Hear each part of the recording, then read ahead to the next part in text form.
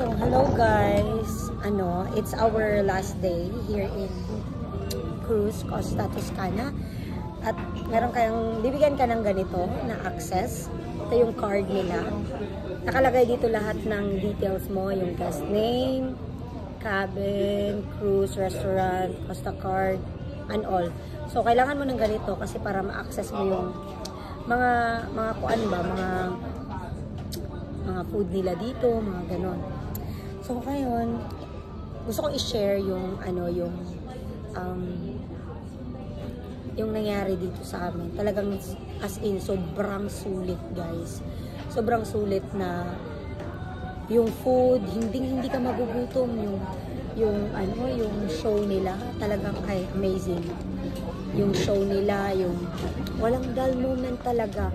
As in, tapos, hindi lang talaga advisable na talagang magtagal ka dito kasi tataba ka talaga. Siguro ngayon ako magiging, siguro ako 53 kilo.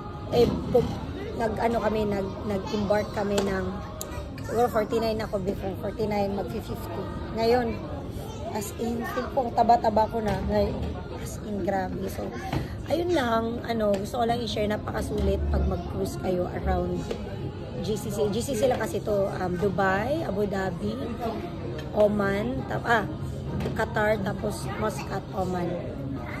So, ayun, napakasulit guys. Amazing. Praise God. Praise God na na-experience namin to. Ganun.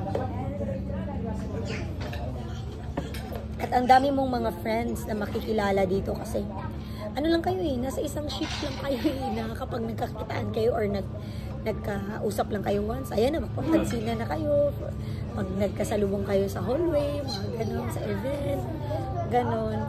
At meron din silang application din sa Costa na pwede mo magamit to communicate sa mga passengers dito, sa mga kung sino yung mga kasabayan mo, ganon. It's a free chatting app doon mismo sa Costa app nila. At napaka-amazing. Mag-connect ka lang, tapos pwede ka nang makipag-chat sa kanila, having conversation with them, ganun. So, yung mga single, talagang makakita ka ng dito. Kung gusto mo magka-jowa at makipag textmate or whatsoever, mga ganung bagay. Makakita ka talaga, ganun. Pero syempre, expected mo na hindi lahat, okay, ganun. So, ayun, praise God, napaka-amazing lang. Ang dami naming nagkikilalang mga friends dito, mga crew, napakabait, napakasulit yung, ng mga crew. Kasi, ay naglalaro kasi ng uno sa tabi ko. Praise God. Yung mga crew, talaga nila, napaka-accommodating nila, ganun. Tapos, anong mga kailangan mo, they will provide talaga, gano'n, napaka-friendly nila, yung sa mga animation team, yung mga about sa show, gano'n, napaka-approachable nila, pina-assist ka talaga na, dito kayo, tara, sayaw, gano'n. Kasi syempre, may party-party dito, gano'n. So, ayun, ang daming mga kilalang friends, at ang sarap magkaroon ng mga bagong friends dito sa cruise. Especially mga, mga Italian sila, gano'n.